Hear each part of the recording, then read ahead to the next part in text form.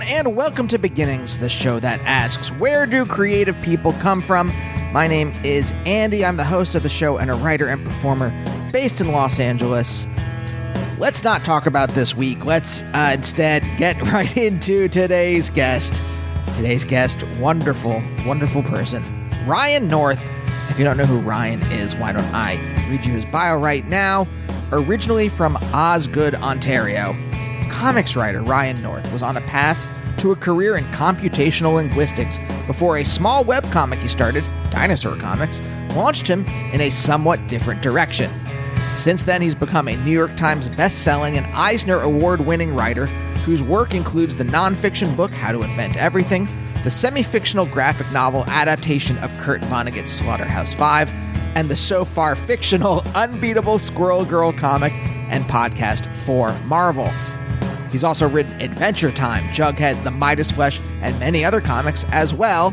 And his most recent work is another nonfiction book, How to Take Over the World. I've been a huge fan of Ryan's work since before I even was in comedy. I remember reading Dinosaur Comics back when I had day jobs before, well, I guess I was in grad school at the time. But I really was drawn to Ryan's writing. I think it's so funny. The Midas Flesh is very, very funny. If you have not read that, but it was just a real delight to talk to Ryan. He's super interesting, and I thought we had a great conversation. By the way, if this is your first episode, I've had tons of great conversations with hundreds of musicians and writers and actors and so on and so forth. Lots of people from different creative walks. If you want to check out, if you're into comics and you want to check out other interviews I've done with comics writers, I've talked to people like Kelly Thompson, that was just a couple weeks ago, Chip Zdarsky, Jim Starlin, Rob Guillory, Cy Spurrier, Michael Kupperman, Chris Claremont, tons of other people. So check out those. And in fact, I got an interview with Mike Allred coming up soon. As well as, I think for the next month or so, I'm doing a bunch of interviews with a lot of emerging indie rock musicians whose albums I thought were really great. I think Diane Coffey is next week. So stay tuned for those. Casper Kelly, great writer and creator for Adult Swim. That's coming up too. So look forward to those. You can always subscribe to the show wherever you get your podcast from. I'm on Twitter and Instagram at Andy Beckerman. And I think that's about it. I hope you have a better weekend than this week has been. But for now, let's talk to Ryan.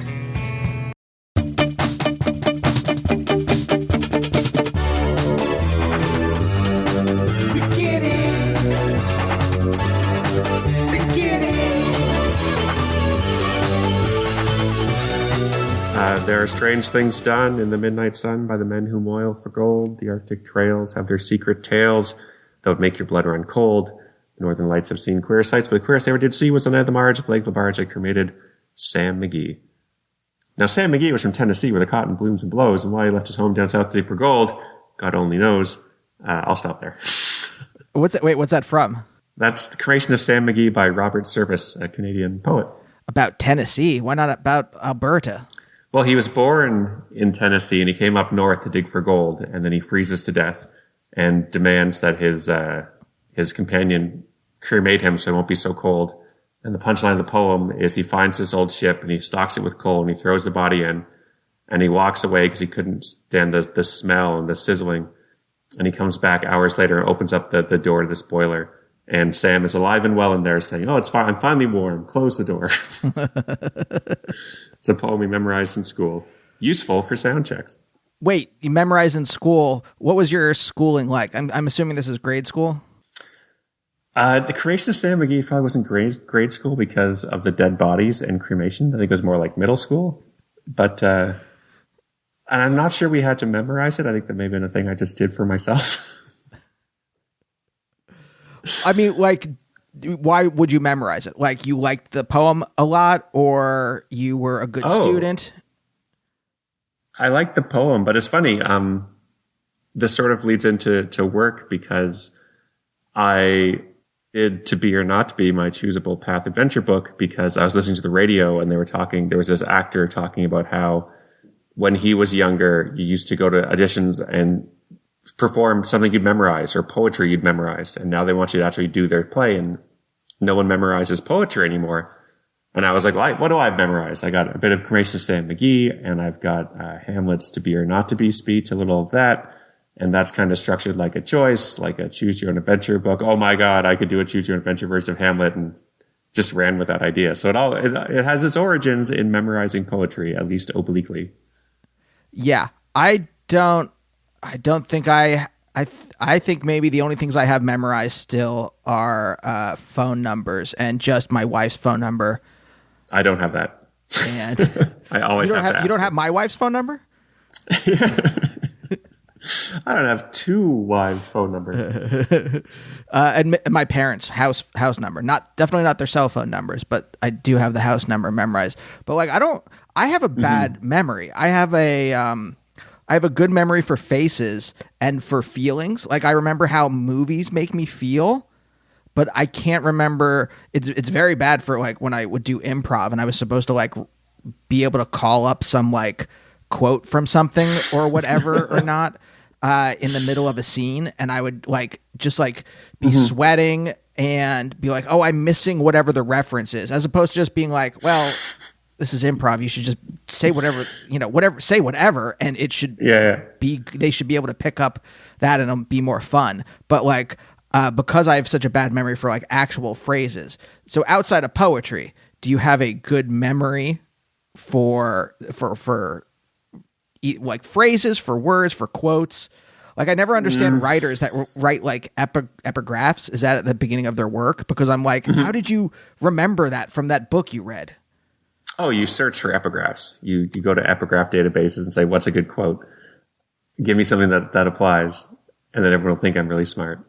No, I would not say I have a good memory. I'm horrible with names. Not the greatest with dates. It's funny, I have a degree in computational linguistics, and my friend Joey Kimo has a degree in linguistics. And he would make a joke, and he's like, computational linguistics is just for linguists who can't do it all in their head, need a computer to help. And I was like, A, that's funny, and B, I'm not sure you're that far off. But yeah, I don't have a great memory at all. I rely on the computer a lot. So, okay. I'm kind of curious about like how have you, this is maybe like a weird question, but how have you shaped your life knowing that your memory isn't great? And I'll explain a little bit, like, because for me, like I know people's faces, but I forget like specifics about their life. So they will bring up things that I should probably know. And a lot of times I'm just like smiling and being like, oh yeah. And I don't have like a meaningful connection with them because I'm, again, sweating like, oh, you should remember this, and I don't. I read a story once in a science fiction magazine about a guy who remembered everything. And so he was struggling because he would say, remember that time 2 years ago we went to the store, and the person would be like, that never happened. I have no memory of that. And he couldn't figure out what people forgot and what people remembered. And I feel like I have a bit of that where I'll remember stuff, and the person will be like, why and how would you remember that? That's weird that you remembered that. But then I'll forget, someone will say, hi, nice to meet you. I'm Jason. And I'll shake their hand. And then as I'm shaking their hand, I'll be like, I've already forgotten this person's name. This is embarrassing. They must never know. I do a lot of reliance on, hey, buddy. Yes. How's it going? Yes. How hey, are man, you? What's up? Yeah. The worst example of that, which this is not a story that makes me look good. I was in high school and I got a phone call, and in those days there wasn't call display. It's just the phone rang and I answered it, and someone said, hey, Ryan. So they clearly knew me, and they invited me to their birthday party, and we spoke for 10 minutes about all sorts of stuff. And the whole time I did not recognize the voice. I couldn't figure out who it was. I was like, what are the clues here? He knows me. He knows my name. He knows some interests. Anyway, I was invited to a party and I didn't know whose house I was supposed to go to.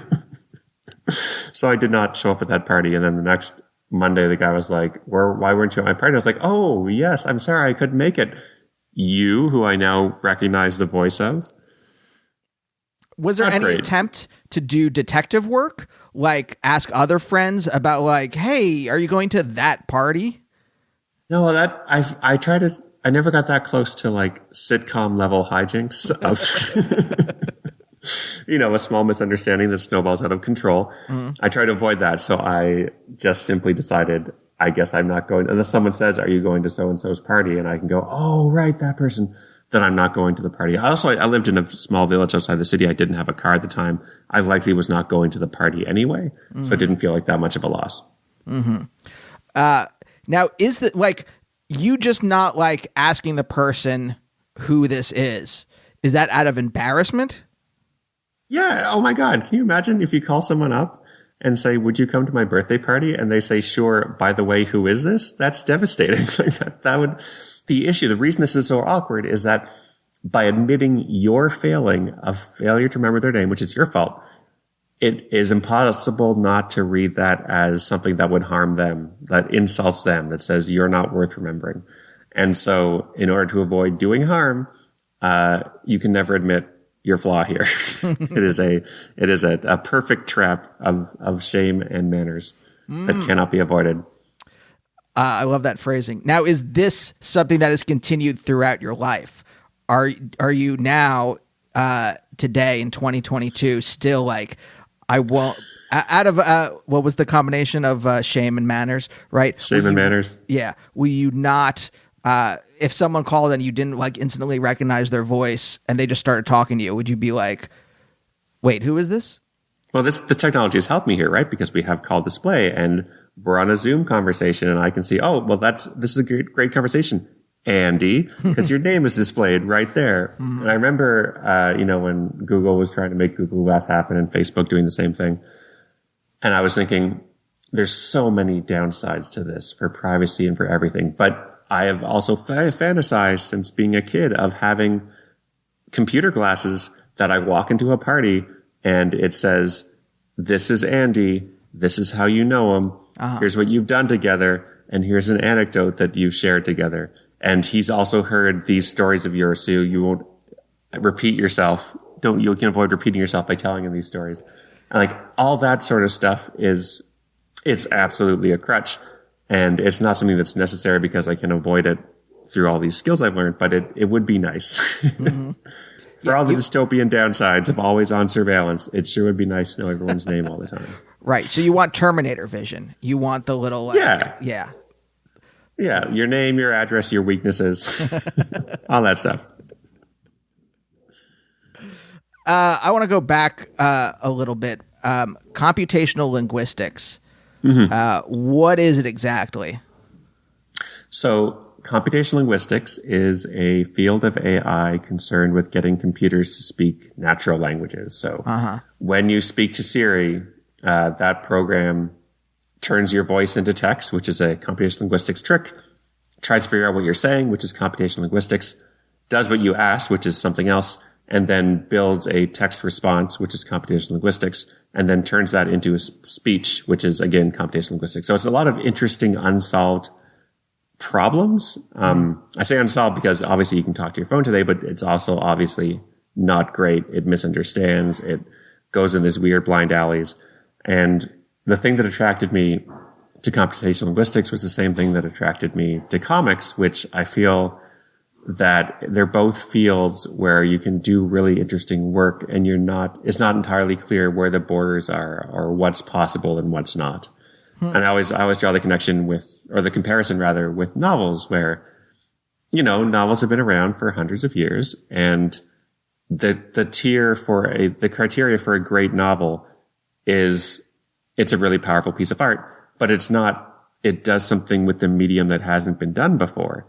But I can point to great comics that do that or great video games that do that because there's still room to innovate and explore because we don't know what we don't know. We don't know where the boundaries of this are. And it was the same with computational linguistics where you're doing research. You don't know what you're going to find. You don't know what's possible and what's not until you try it. I think that's really cool, right? Like that's neat to find out something that nobody else knows yet, even if it's a very small thing. Do you think the last great, era of innovation in novels was maybe the postmodern, the 70s, with John Barth and all of those guys innovating? And then I've seen it kind of all that kind of stylistic innovation kind of died down in favor of just the traditional novel at this point. Yeah, maybe I should stop making that comparison because I feel like it really makes novels look bad. Like I like the printed word, and I read the printed word. I read novels. Novels are fine. They're certainly. And now I sound like I'm still dismissing novels. Yeah, they're great for first try. But when you grow up, you can do comics. No, like novels are good. I just feel like it's so much easier to find something that hasn't been done before in comics, in video games, than it is in prose, because so many people have been working so long in prose that we kind of know what it's good at and where the boundaries are and what doesn't work. And we don't know that in comics and video games. We're continually finding new frontiers there. Yeah. So you really wanted, I mean, when you were younger, I'm putting words in your mouth, but you tell me if this is accurate or not. You wanted some kind of unexplored country, conceptual country, let's say, or artistic country to explore. Whereas a lot of traditional art forms by this point, there's not a lot. I mean, there's still some innovation, I suppose, in say art and like traditional art, doing stuff in public, perhaps. Right. But outside of that, I mean, it's going the other direction, like what NFTs or whatever, it's going into, yeah, exactly. It's it's regressing into complete garbage.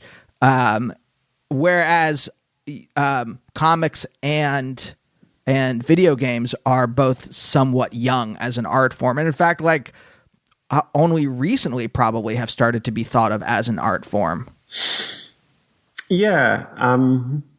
I think maybe I should, to make this point, I don't need to compare to other art forms. I don't need to say novels bad, comics good, which is not what I believe anyway. Sure.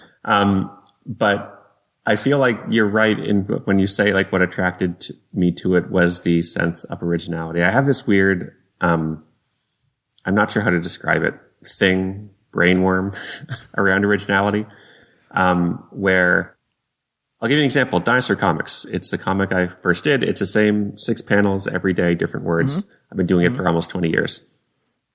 When I started the comic because I wanted to do a comic and I couldn't draw. And I read a ton of indie comics where one person did everything. And I thought that's what comics were. I didn't know comics writer was a job. And my big idea was, well, if I can get the art done once, I can just reuse it. And this will be something that no one's done before. And it's pushing the medium forward and it's doing this neat little aesthetic trick and all these benefits to it. And I did it and I enjoyed it and it worked. And then about 6 months into it, I discovered that David Lynch, the director, when he was in university, did a comic called The Angriest Dog in the World. It was the same 3 panels of a dog. And he changed usually just the words in the last panel. The first 2 were usually the same. But had I known of The Angriest Dog in the World before I had started Dinosaur Comics, I would absolutely have not have started Dinosaur Comics. I would have felt like this is no longer original. This feels like a knockoff and I can't do it. And it's crazy because they're very different comics. And it's sort of on the level of being like, well, I can't do an animated cartoon because I watched Steamboat Willie and that exists. So Futurama is a ripoff of Steamboat Willie when they're clearly structurally, they're both animated cartoons, but there's a lot more different stuff happening there. And I say this as a brainworm thing because it's a weakness. That is something that had I discovered this thing in a slightly different order, I would not have started the comic and likely would not have a career today. And it does limit me from, it gives a very wide berth around plagiarism, for example, but I feel like it doesn't need to be absolutely that wide. And it's a limiting view of the world that I haven't yet gotten past. I still have that thing with originality that I try to. No, I totally, I totally get you. I totally understand you. There's this kind of if you come on the scene in this neoliberal period, right? I think we were born around the same time. The manifest destiny is kaput, right? Everything's been explored in the physical world, and now kind of there's the internet to explore a little bit, but because of capitalism, it's just kind of mirroring the rest of the world, so it's kind of limiting there. But there are some kinds of areas artistically that you on your own can explore because they're so recent, right? And people haven't just exhausted them yet. And I was obsessed when I was younger with being iconoclastic. And I think mine was like in a weird, I mean, I don't know if I've talked about this in therapy, but like, I think I'll have to see what my therapist says next week, but I think it was like a reaction to like death, right? Of like being like, well, if I'm a singular being in this world who's like so original that no one else is like me and or creates the things I create, well then I'll live on in some way. I mean, that's total bullshit. Like Einstein's dead and and now no one. Spoilers. So, by the way, spoiler alert: the man who understood relativity has passed away. But like he's dead, and barely anyone outside of scientific circles can articulate anything he did. Really, most people are just like, oh yeah, the guy with the weird hair on the poster in my college dorm room, or whatever. It's funny you should mention that because you reminded me, and I've thought about this for years. In middle school, I was a nerdy guy. I liked reading science fiction and computers, and that was a time when no one had computers. You'd get teased for it, and I like programming, and I sort of thought of myself as I'm the smart guy. That's my deal. I'm the smart guy. Mm-hmm. Then I went to high school, and there was a guy, I've forgotten his name, but he had, I think either this was a rumor or an impressive fact, that he had a paper published somewhere, like a research paper. And he knew physics and all the stuff that I didn't. And I was like, oh, he's the smart guy. That position is taken. Like that role is filled. So I can't be the smart guy anymore. I'll have to find some other identity. And like, that's a very high school way of looking at it, right? Where like, this is who I am. That guy's doing it better. I better be someone else. When obviously as adults, we're like, well, who you are is who you are. And it's great when there's two smart people in a room. That sounds fun. I wonder what they're talking about. So that's the originality thing where I'm like, well, I need to give that a wide berth now because that's being done by someone else. Mm-hmm. And it's not healthy. It's not good. No. Yeah. But I mean, I did eventually get over it. Yeah, I did too. Eventually, to some degree. Because it's paralyzing, right? Because if you have a creative idea for something, right? And if you have a voice, right, then you will be able to make something good. But if you are paralyzed by these thoughts, like, well, it has to be completely original, and you're not on the forefront of like the newest part of culture, then you're not going to. It's not going to be that, and so you're going to like constantly doubt yourself, and you're constantly going to be like, well, I shouldn't do this. Then I should find whatever the most obscure. Either you like move, like I moved into like obscurity in some cases, and I had to like work my way back to being like, no, I can make stuff that is like that has my voice, but that is understandable by more than like 3 people. It's funny. You reminded me. I did a graphic novel I wrote a graphic novel adaptation of Slaughterhouse-5 last year. It came out last year. Yeah. And part of the process of adaptation is, especially with Slaughterhouse-5, where Vonnegut would often describe the gist of what happened. Instead of telling you a conversation, he'd tell you what the conclusion of the conversation was. Instead of telling you a story, he would tell you a summary of the story. And he'd allude around it, which works great in prose, but didn't work in a comics page. So there were places where I had to flesh things out some. And when you read Vonnegut, it seems to me like it's very easy to start sounding like Vonnegut. You have to be, because he has such a distinctive voice and so clear and so short and so direct. Yeah. That you have to avoid doing that because you're ripping this guy off. But when I was adapting him, the point of it was for my additions to pass as his original prose. And so the goal is to sound like Vonnegut and to be as much like him as possible. And there's this moment in writing where I was like, wait, no, not only can I do this is what I'm supposed to be doing. Like Ryan North should disappear here and Kurt Vonnegut should show up. So you can't see the seams where I had to fill something in that wasn't there in the original book. And it was this neat situation where you had to be someone you weren't. You shouldn't be original here. Your job is to emulate this person as if he was a cartoonist instead of a prose writer. It felt good. It felt like, yeah, there's no shame in this anymore. This is what I'm supposed to be doing. Was that like how you worked out those feelings, or had you already kind of worked them out prior in your life? And then that was just like, that allowed you eventually to be able to write in Vonnegut's voice? It's a process, right? But I mean, I was very aware of what I called Kurt Vonnegut disease, where you would read one of his stories and then Dinosaur Comics the next day would sound very Vonnegut-esque. Yeah. And it can be fun if you acknowledge it, but I feel like you don't want to be like, we already have a Kurt Vonnegut. We don't need a second Kurt Vonnegut. So as anyone who's ripping off Kurt Vonnegut. Right. So just like normally being aware of it and thinking I shouldn't be doing this, and then reaching a place where like, no, I should be doing this, was a neat little trick. Mm-hmm. Why is the T-Rex unstuck in time and talking about Trafalmadorian? Yeah, a wholly original idea. Copyright Ryan North. Do not steal. Wait, can I go back to computational linguistics for a second? Sure, yeah. Because I'm curious about like the theory behind that. Because I studied philosophy. I was a philosophy professor before I went to do comedy. But I mean, part of the, I don't want to go into the whole story, but part of the reason like I started to like move away from like the mainstream of philosophy was that it was very much this kind of analytic paradigm that I think kind of drains the nuance and the culture out of philosophy in favor of it being like just about logic, which is what I think of sometimes when I think of computational language. I'm kind of curious because it seems like that's at a like AI. There were a lot of like, I know analytic philosophers that were interested in AI because it's at this like nexus between praxis and theory. Right.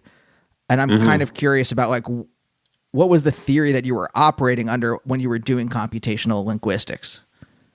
So I feel like, and this may be prejudice, but I feel like there's some like allure and myth around AI from people who have not yet seen how mathematical it is. Like all the magic disappears when you realize you're just doing statistics and making best guesses. So the history of computational linguistics was in the 50s and 60s, we all thought we'd be talking to computers around the corner. In the 70s, we all realized this is actually really, really hard. And so instead of trying to make these general purpose computer minds, let's do very small domain problems. Like let's just have a phone system that you can call up and order plane tickets. And can we build a computer that understands what people are saying when we know that we're just trying to order a plane ticket? And that was also very hard. And then 90s, early 2000s, with the internet, we realized the internet is effectively a huge corpus, giant text of just language. And it's noisy and it's messy and there's typos and it's not tagged. It's just, it's noise, almost just garbage, but there's so much of it that you can use that huge amount of data and use it to train models that work pretty good most of the time. And so a lot of the AI computational linguistics stuff now relies on big data to train big classifiers. GPT-3, you may have heard of, generates human-looking language. But the challenge is that we still haven't cracked semantics, what words mean. Grammar is easy. The order put them in is almost trivial. Sure. But capturing the meaning of words in a computer is harder. And we've done things by like trying to map the distance between words. So stand or run and jog would be semantically close, while run and sleep would have more of a distance to them. That sort of stuff. But GPT-3 generates human-looking text with a lot of training data from the internet, but it doesn't know what it's saying. And so it struggles to keep track of where things are and what they're doing and what the characters are. And it's hilarious most of the times. It's like dreamlike stories, but we still haven't cracked getting computers to understand what they're saying a lot of the time. And that's still an open question. And so like with that fundamental problem of it's hard to get a computer to understand what words mean still being unsolved, that really puts a damper on like this AI can solve these open philosophical questions or can do something that humans can't because they don't know what words mean yet. Like right. That's a huge hole in their knowledge. Right.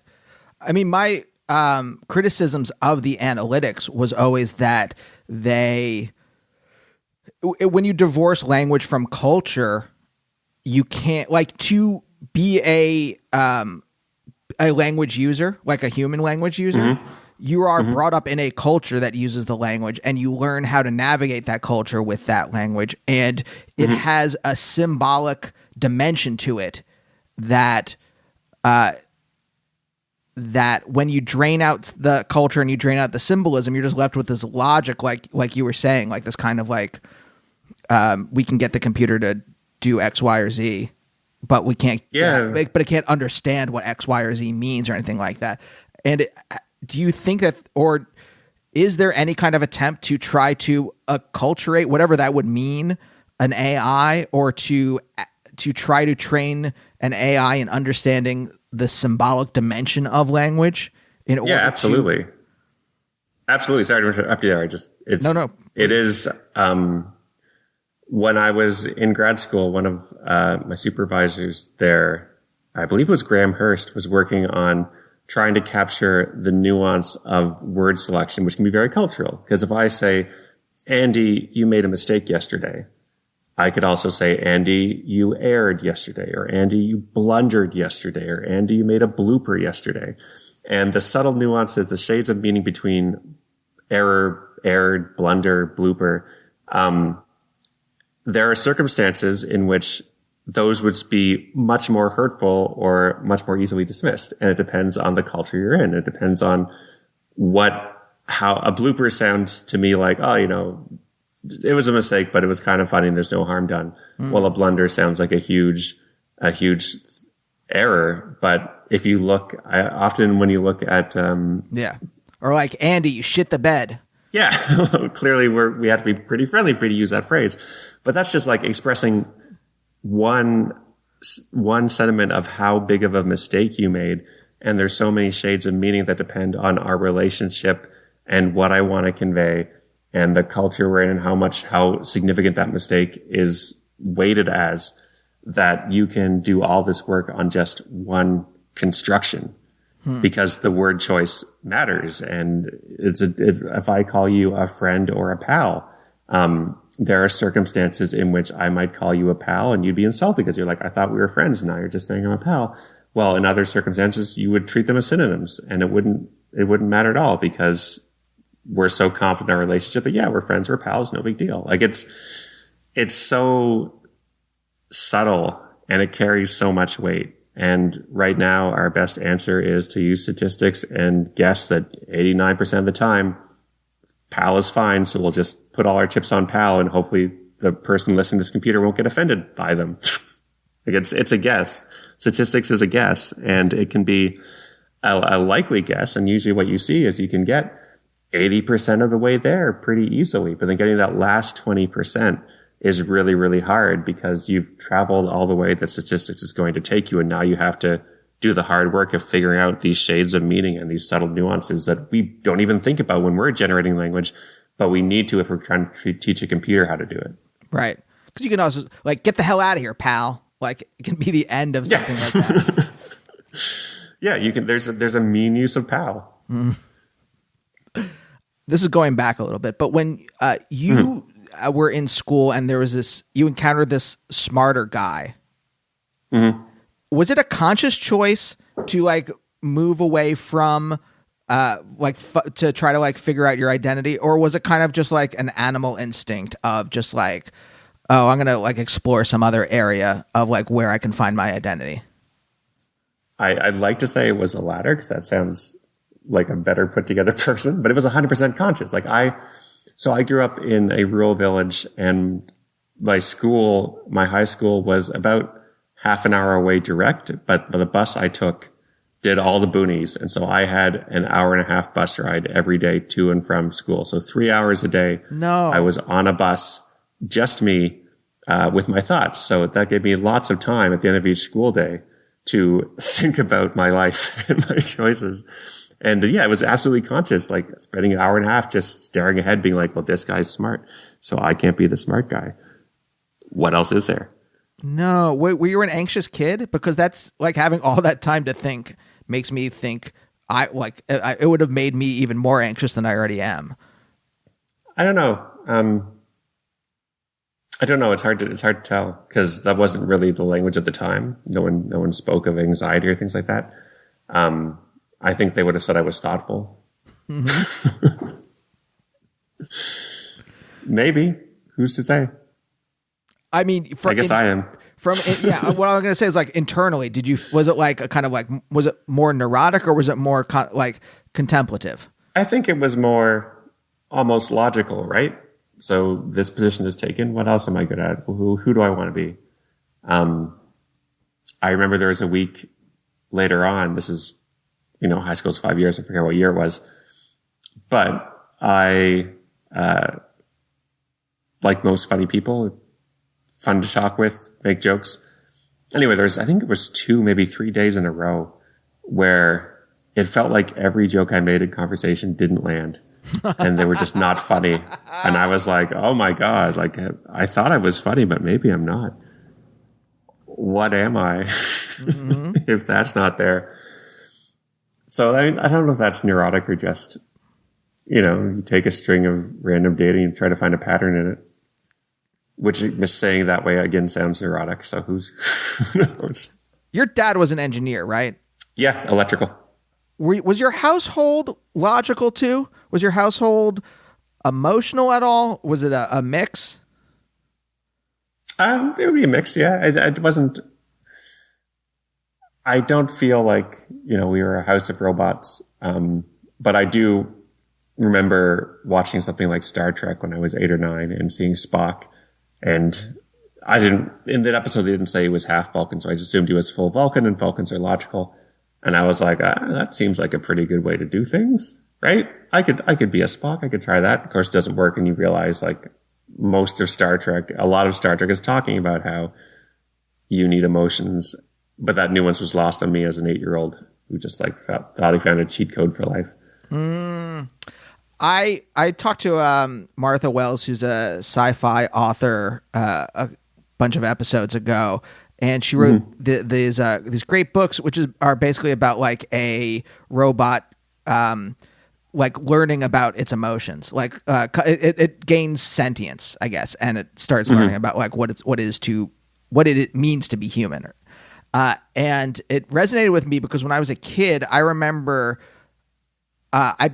there were so many robot protagonists that I somehow identified with, and I didn't understand why. I just knew that like I liked Data from Star Trek: The Next Generation. Yeah, there was something about everyone it likes Data.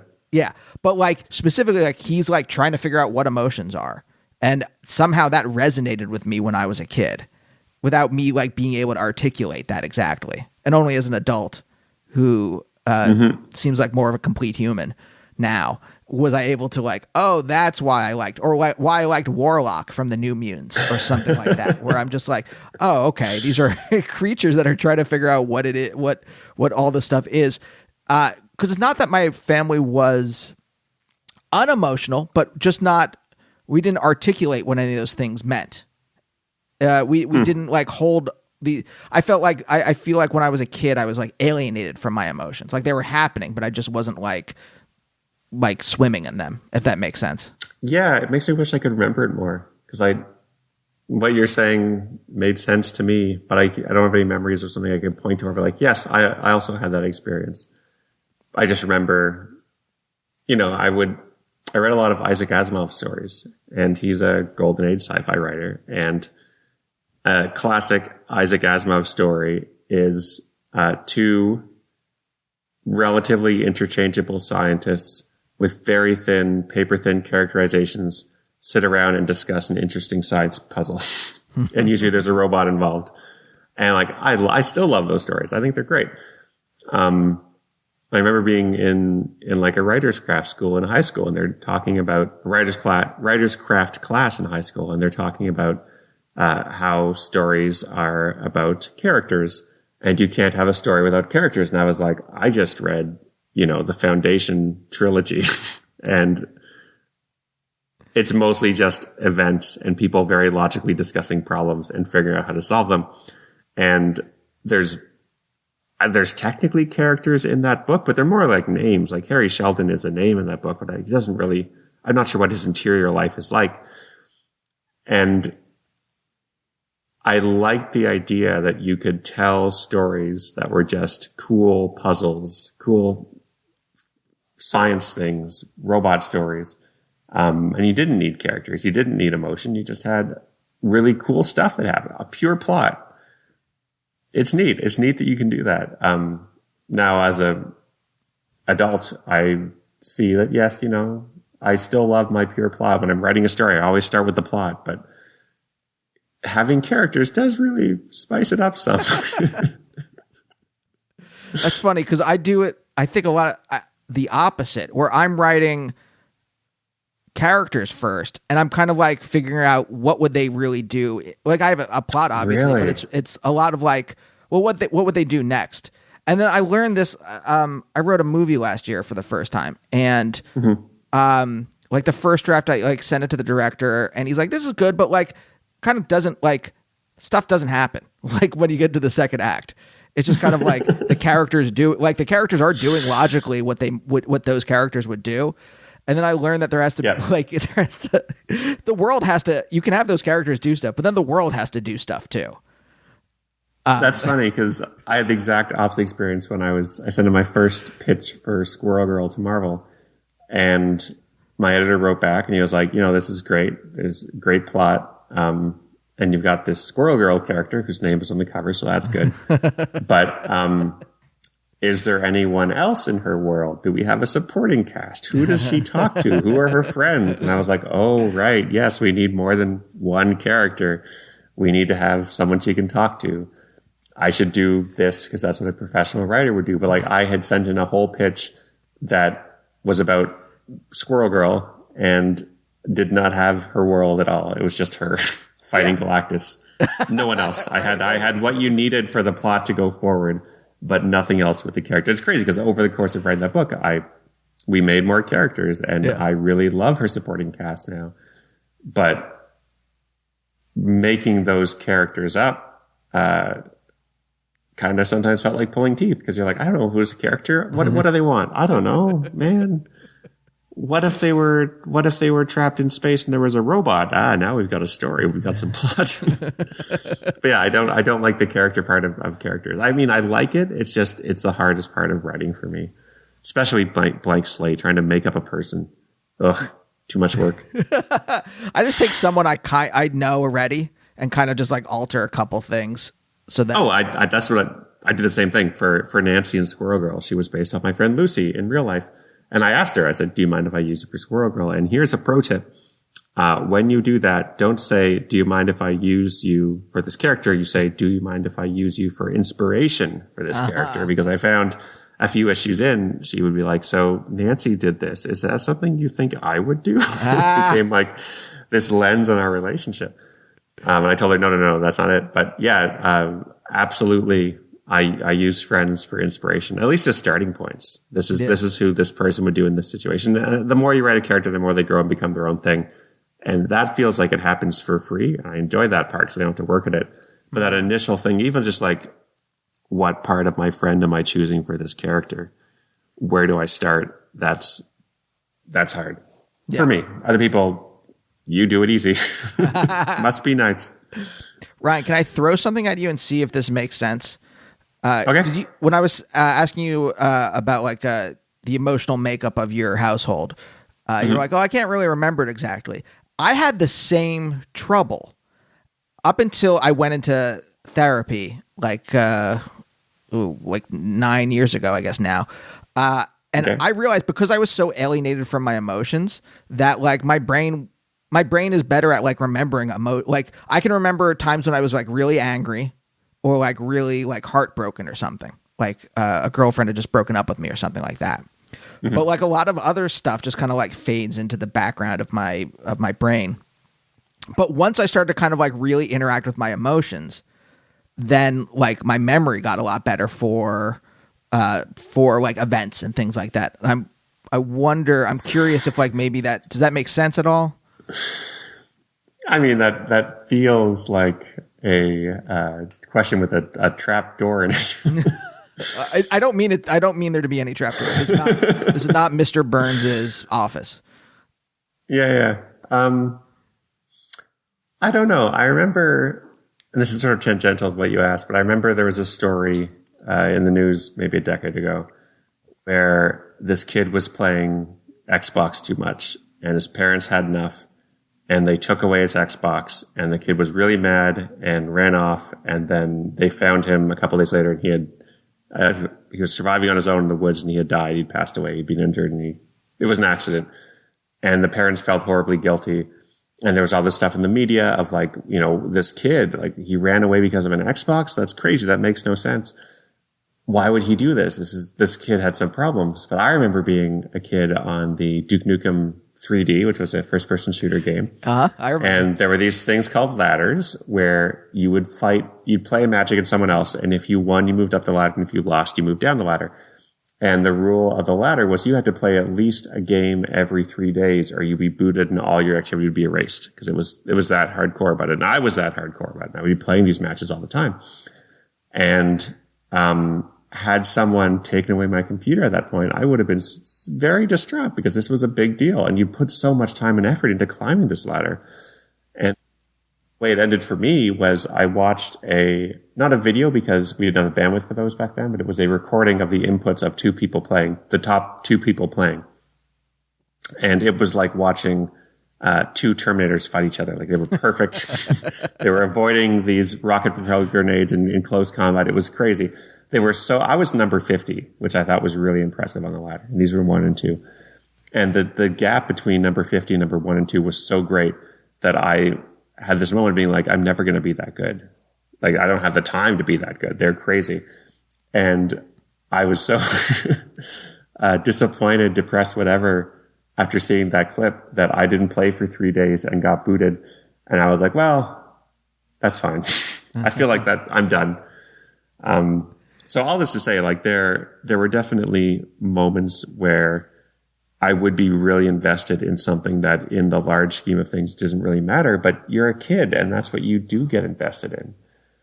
And so as much as that answers your question by me saying, yeah, there were definitely times where I was super in touch with my emotions. I get really mad at Duke Nukem 3D, but I remember that moment of leaving the ladder because I could see how I wasn't going to be the top player. Right. So that's a long way to say maybe. Ryan, I ran away once. I had a friend stay over for a sleepover, and the next day my mom was making us lunch, and she was just like heating up some like chicken nuggets, some like Weaver chicken nuggets in the oven, and I wanted tater tots with the nuggets, and my friend did not like tater tots and wanted like French fries, whatever. I guess those were the two choices in the freezer. And my mom said, well, your guest wants French fries, so we're going to have French fries. And so I ran away. And I left the house and started walking. And then my mom drove. Was your friend still over? Yeah, friend still over. My mom drove and it picked me up in the station wagon and she's like, your fine. Poor friend. Yeah, exactly. Oh yeah. So, I'm very much on the same wavelength as you is what I'm trying to say. But like, it seems to me like from the stuff you're saying is like, you were trying to figure out like what your identity was, right? You're know, am I a gamer? You know, am I good at Duke Nukem? Am I, am I the smartest guy in my school? What am I? And I'm kind of curious about like, when did that start to solidify for you? When did you kind of start figuring out who you were? Honestly, and this is going to be really useless to any of your listeners because it is very unique. But I noticed things changing in 2003 and 4 when I started Dinosaur Comics. And what changed was I would start getting emails from strangers that would say, I like your comic and by extension, you. And I think you're great. And I think you're funny and all this nice stuff. And just like compliments from strangers will do wonders for your confidence. And also like it helped me because I was shy and it was great to walk into a room and know that these people thought I was great, even if they weren't there in the room. And it helped because I was doing a webcomic, which is printed medium. It's text. And I can I think most people are better in text than they are in real life because you have time to compose. You can pick the best word. You can figure stuff out. Mm-hmm. So it's all this stuff that, without even realizing it, I'd noticed around 2004, I guess, 2005. I was like, I'm not the same person I was. And maybe that's because I turned 23, 24. But I think a part of it is I just got this great confidence boost from strangers emailing me and telling me that I was good. And it wasn't like, it was earned in the sense they read my comic and sent me this unsolicited message saying they like me. Like, that was great for the ego. That was great for feeling like maybe there's something here. Mm-hmm. There's something, this Ryan North guy. So I would recommend to anyone listening is get strangers to compliment you, but it has to be earned. They have to do it without being prompted, and they have to know enough about you to make that compliment sincere. And that's a magic trick. That works wonders. That's gangbusters. Yeah. You have to have the void inside first. Like, my wife's, no, I'm not saying you, I'm saying me too, right? Why did I get into comedy? Why does my wife a stand-up? Like, we all have voids inside of us. And for some reason, our voids are filled in by the compliments of strangers or the laughter of strangers, right? I think it's interesting because so this was when I was coming up doing stuff online. The internet was not as all encompassing as it is now, and we all didn't carry computers in our pocket that were connected to it at all times. And so there was a good 10 years where I could talk in interviews and say, the nice thing about being internet famous is that you go outside and nobody knows who you are. Mm. And it's this nice, safety valve on getting a big head, because you can sit at your computer and think, I am amazing. I'm the best guy in the world. And then you go outside and like a truck goes by and splashes you and you're like, yeah, okay, I'm just some guy. But the way it is now, where most young people getting famous they're getting famous because of video, and the internet is everywhere and they can take it everywhere. And to me, I can look at that and be like, I'm not sure I would come out unscathed through the other side of that if I had an internet that everyone knew what I looked like and I was famous for my opinions or for anything like that.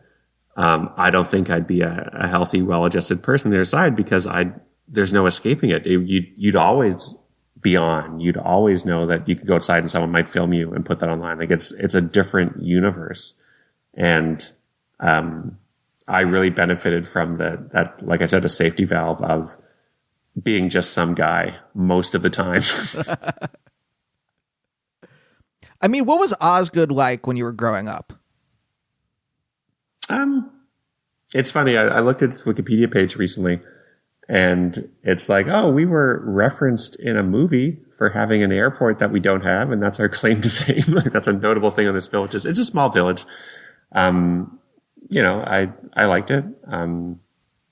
It was about a half hour from Ottawa, the nation's capital, so you have a sense of the big city. But it was like on nights when we rented a movie, we would drive into Manotick, which was about a 15 minute, 20 minute drive away, go to the movie store, pick out our movie, drive back. So it's at least an hour before you're watching the movie, which gives a sense of the pace and the way it became a whole evening. Like, if you're going to rent a movie, we could go in, we could maybe buy some chips. Like, it became this whole thing. So it was rural enough that you were isolated, but close enough to things that you didn't feel like you were missing out. The only thing that it didn't have was a comic book store.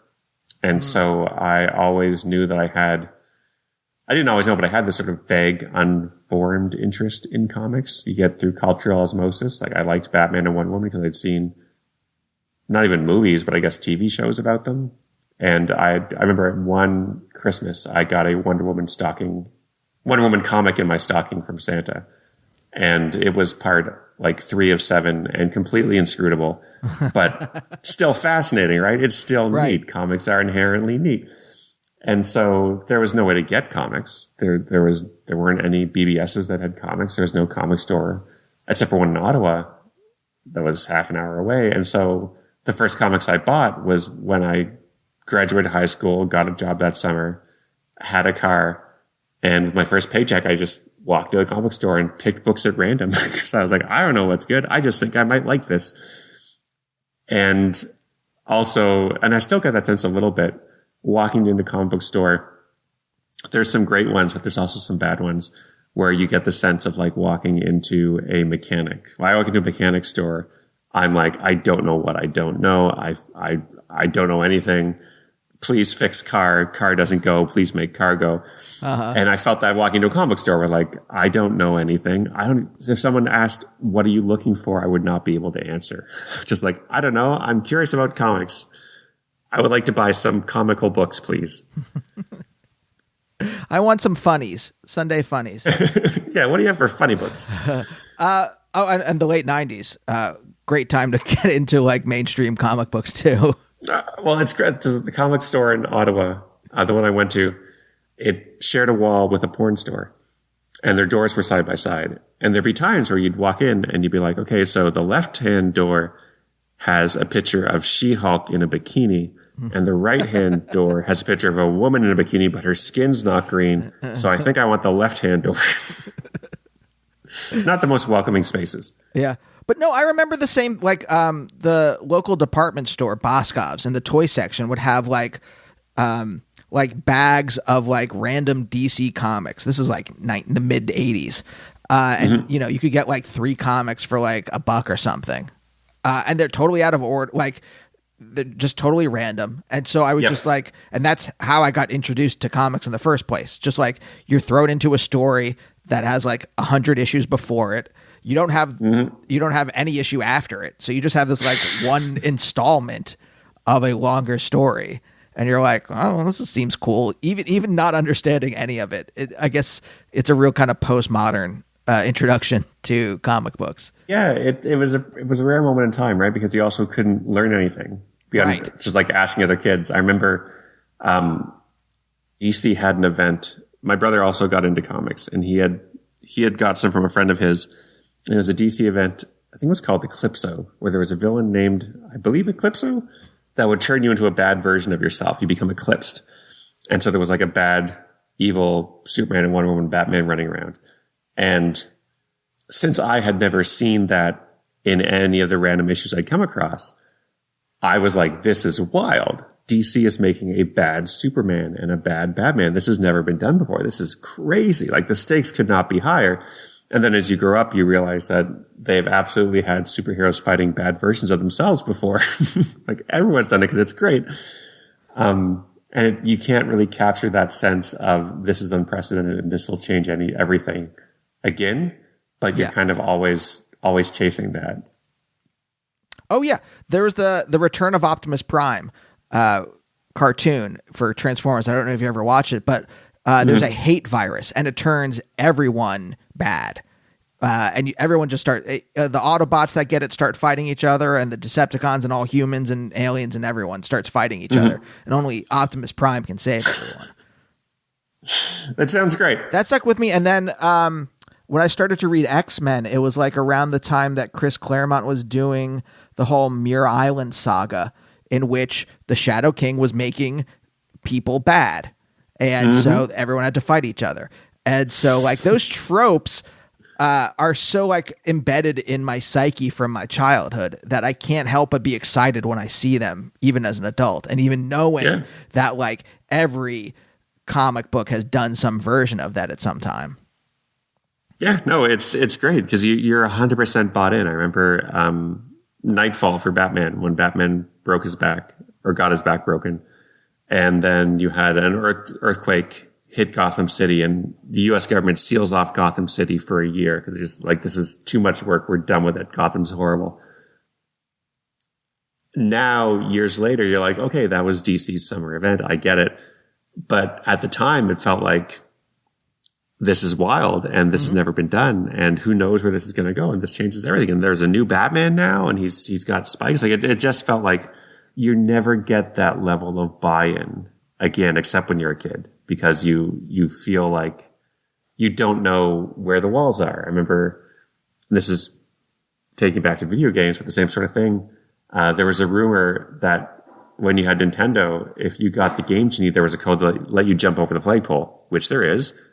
But the rumor was that if you could do this, you'd find a secret level after the flagpole. Yeah. That was only accessible to people who had found this amazing hack.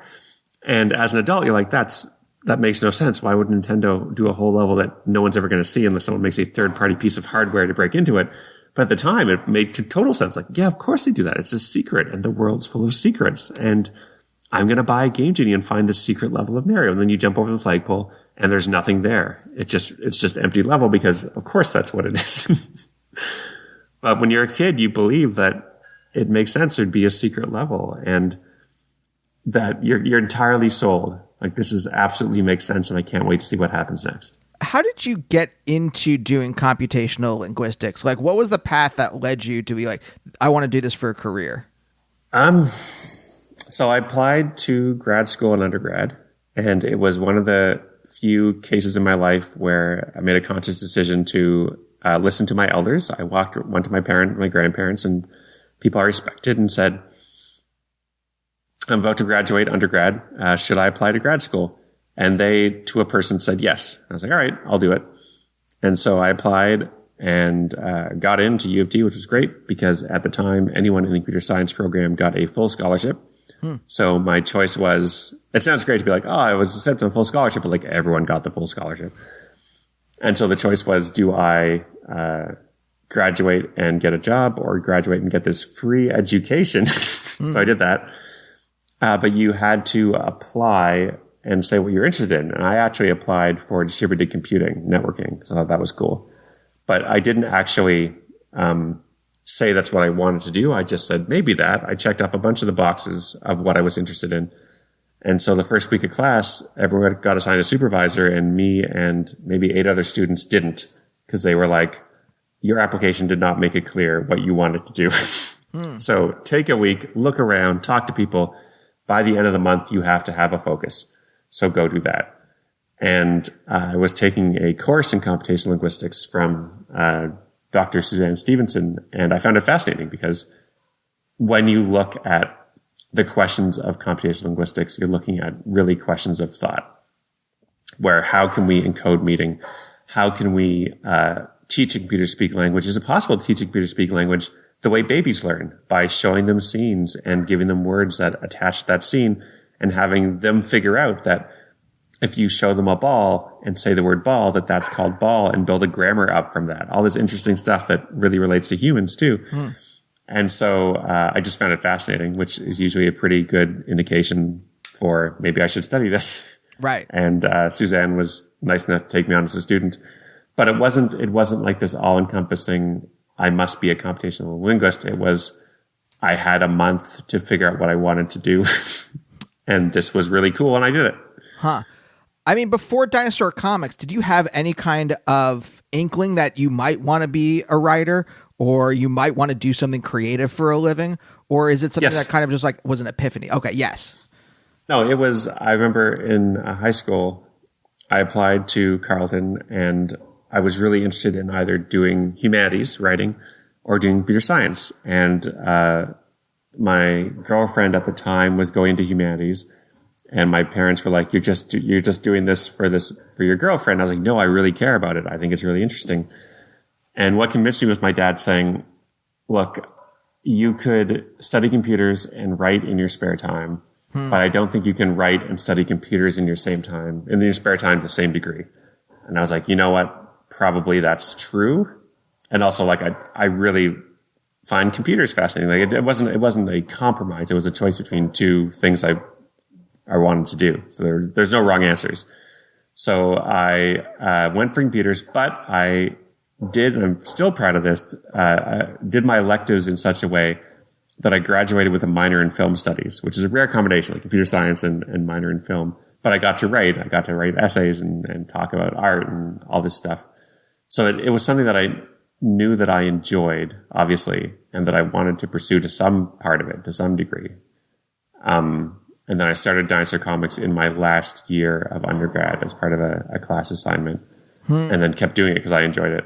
Yeah. So it was, again, it's a slow path, it's a circuitous path, but there was no moment of sort of tripping over something and be like, oh, wait, I enjoy this. It was, no, I already knew I liked writing. I liked little stories. So it made sense that I would enjoy it when I did it. Uh-huh. Because I'm just trying to think, like, when you say, like, Osgood was a village, like, what do you mean by that? Like how small, like, is that just a euphemism, or it was like really like small, like a couple hundred people or whatever a village is supposed to be? Yeah, I like it as a euphemism. You're like, Osgood was a village, if you know what I mean. It was small. I walked. The public school I went to was down the block from our house, as was the corner store. There was a grocery store, a train station that became a smaller grocery store, a little community center. I'm not sure the population, but like when I rode my bike, I'd say I can go around the block and I'd go around 3 or 4 blocks, but there wasn't a huge amount of stuff there. It was basically a small community. I'm not sure about the population, but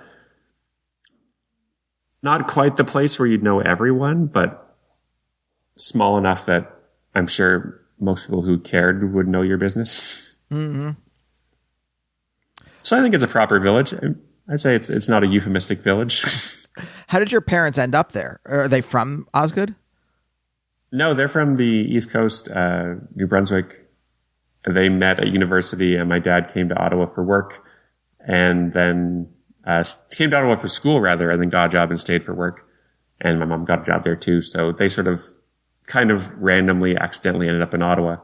And then when I was born, they moved out of the city to Osgood because I think they wanted a place with a backyard, a place for a kid to run around, not just an apartment in the city. So it was all very pragmatic, reasonable choices. Right. I'm getting the picture that you grew up in a very like pragmatic household. Maybe. What would growing up in a non-pragmatic household look like? We'd always be taking hot air balloon rides together or something? Yeah. A lot of hot air ballooning. And I took a hot air balloon ride recently. Well, not recently, a couple of years ago. It was great. Was it? I'm not like scared to fly, but I'm scared of that one particularly, I guess. It's loud when you're fueling it. It's very quiet. But the interesting story was that we took a group tour, so it was us and like 3 other couples. And we went up, and then this guy proposed to his girlfriend without telling anyone else beforehand. You're only supposed to tell the person running the balloon ride that he's going to propose. And so he gets down on one knee, and we're all in a tiny basket, like trying to give them room and being like, I can't, like, this is clearly happening. Do we ignore it? What do we do? So I snapped a picture that I later sent him so he'd have a memory of it. And then after it was proposed and the woman finally accepted, it was not an instant yes, which was also super awkward. Oh no. The balloonist, as soon as she finally said yes, he hit the gas because it's so loud it would drown them out. And if he had known, he would have brought us up higher up so they get this proposal without worrying about crashing into the ground or disturbing these cattle that were flying above. So all in all, I can recommend the hot air balloon experience as being, you get a story out of it at least. Oh no, I can't imagine a more awkward. Wait, were these friends of yours or just like strangers? No, complete strangers. It was me and 3 other couples that were all complete strangers. And he's like, I'm going to propose in this hot air balloon. I don't know. He was young. Oh no, that yes. The fact she didn't say yes right away, but like gave him conditions, it was not the greatest. No, there's no way they're together still. If they're listening, I wish them the best. Sure. Hey, look, I want them to be together still, but like a long pause in a hot air balloon as she contemplates like how to get out of this. Like she's trapped. She can't just say no and like walk away. She is on this ride until it ends. And in front of strangers who are also cannot leave. Ugh. But would you like describe your parents as pragmatic? I think so. I don't think there's anything pejorative to that. No. I didn't mean it pejoratively either. No, I mean, it's only like, is there, like, if they hear this, will they be like, how dare he call us pragmatic? I think that's a compliment. Yeah. Like, I'm kind of curious, like, was there whimsy in your household and completely differently? But I'm wondering also about, like, I'll just throw it out there as a topic, like, you know, how do you get the ambition to eventually to write for a living? Or is it just like because dinosaur comics led to stuff, then you kind of just drifted into it? Oh yeah, absolutely the latter. Well, not drifted, but like I played it very safe. So I'll tell you, like dinosaur comics started. I did that while I was in undergrad. My last year of undergrad, I started it, ran it all through grad school.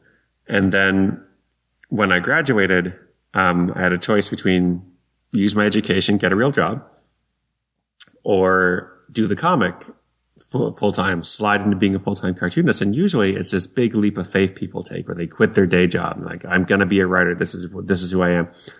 And all I did was like not get a job. It was really easy not to get a job. I just didn't apply anywhere. And then suddenly I'm a full-time cartoonist. So it was very, very easy and a smooth segue. And I feel like I've haven't had a lot of instances where I had to, steel myself, look myself in the mirror and say, no, Ryan, you're going to be a writer and that means you have to do this. It's a lot of, I can support myself with Dinosaur Comics. I can do this comic. And then if something else comes my way, I can do it and it's fun, but it doesn't have to be a success because I can still make rent with Dinosaur Comics. So it's, in a large extent, I've been lucky enough and privileged enough, pardon me, to play it safe that way, to not have to take these big leaps of faith, to not have to quit my job and hope I have enough runway with 6 months of savings for this comic to take off. Again, very pragmatic, and again, not in a pejorative way, but just like, I think it's interesting. Like, you're just like, you looked at kind of the landscape and like what you can do and how you can do it, and you're like, all right, this is the path I'm going to take. Yeah, I guess. I feel like that also gives me too much credit though, because it makes it sound like I'm scheming and being like, I have a plan, when really it was, this would be easy.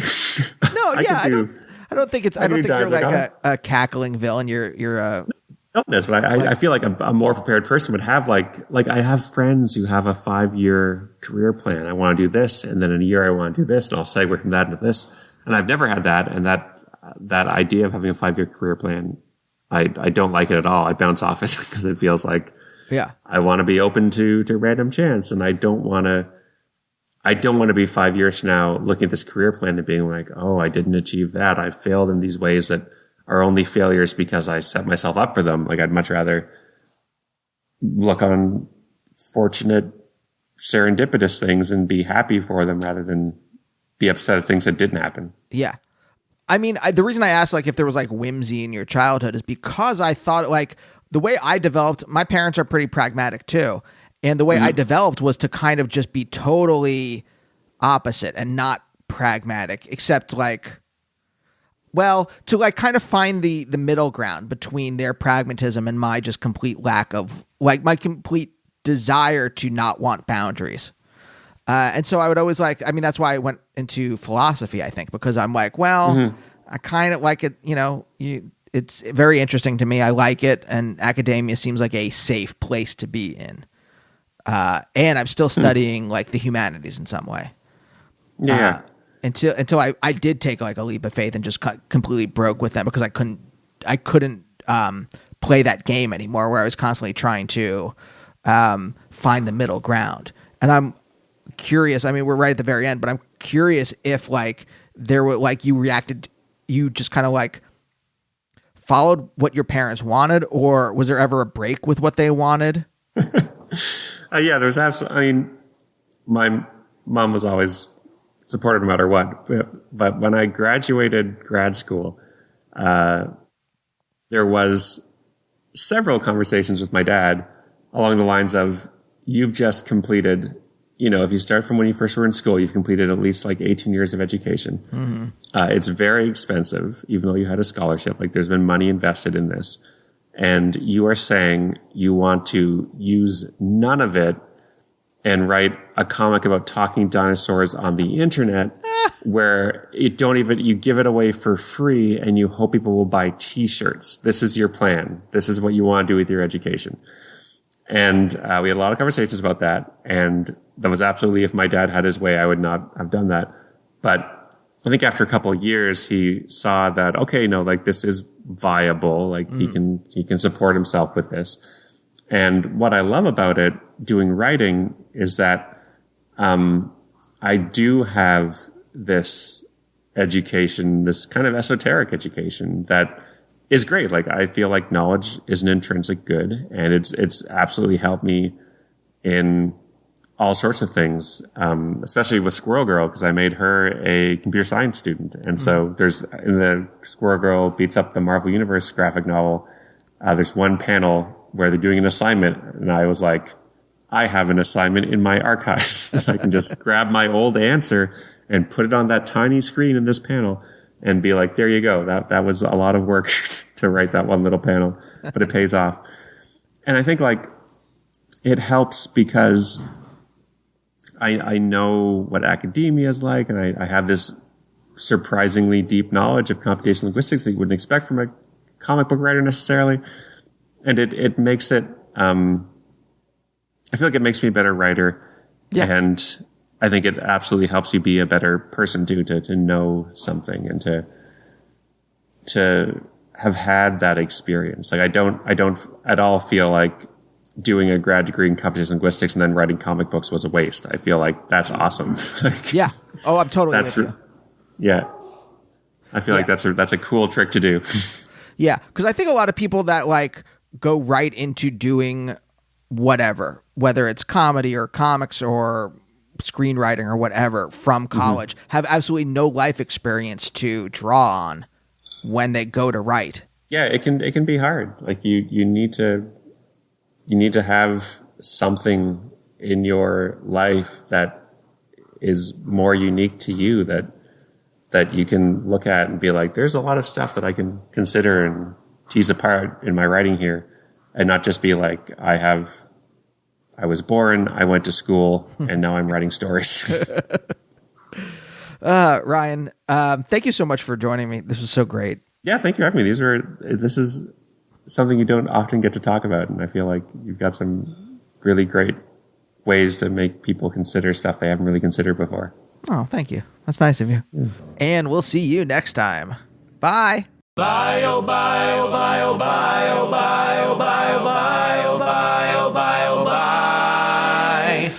Bye.